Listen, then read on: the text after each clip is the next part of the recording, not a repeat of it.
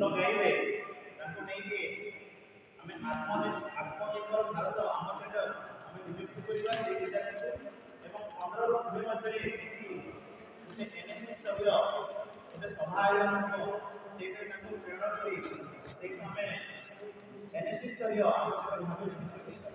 ତ ଆମର ମୁଖ୍ୟ ଉଦ୍ଦେଶ୍ୟ ରହିବ ଏଠି ଆମେ ଯାହା ଶିଖିବା ତାକୁ ନେଇକି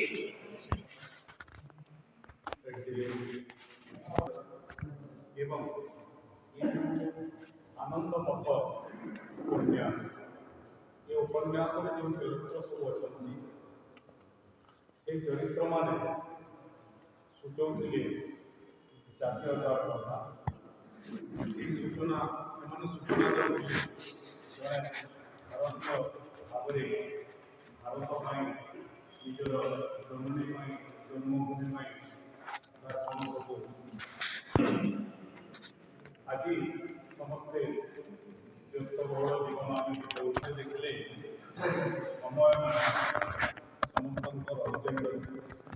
ତେଣୁ ସେ ଯାହାବି ହଉ ଆଜି ଭାରତ ସ୍ୱାଧୀନତା ପାଇଛି ସତ, କିନ୍ତୁ କେତେକ କ୍ଷେତ୍ରରେ ଆଜି ଆମେ ବି ପରାଧୀନ କହିବା ତାତ୍ପର୍ଯ୍ୟ ଏଇଆ ବର୍ଷକ 2ଟି ଦିନ ଆସେ ଅଗଷ୍ଟ 15 ସ୍ୱାଧୀନତା ଦିବସ, ଜାନୁଆରୀ 27 ରିପବ୍ଲିକ୍ ଡେ ଆମେ ପାଳନ କରୁଛୁ।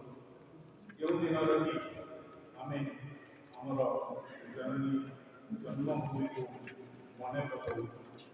ମୁଁ ଯଦି କିଛି ଭୁଲ ନ କହେ ତାହେଲେ ବାକି 363 ଦିନ ଭିତରେ ଆମର ଦେଶ ପାଇଁ ଜାତି ପାଇଁ କ'ଣ କର୍ତ୍ତବ୍ୟ ରହିଛି ତାହା ଆମେ ବୁଝିବୁ।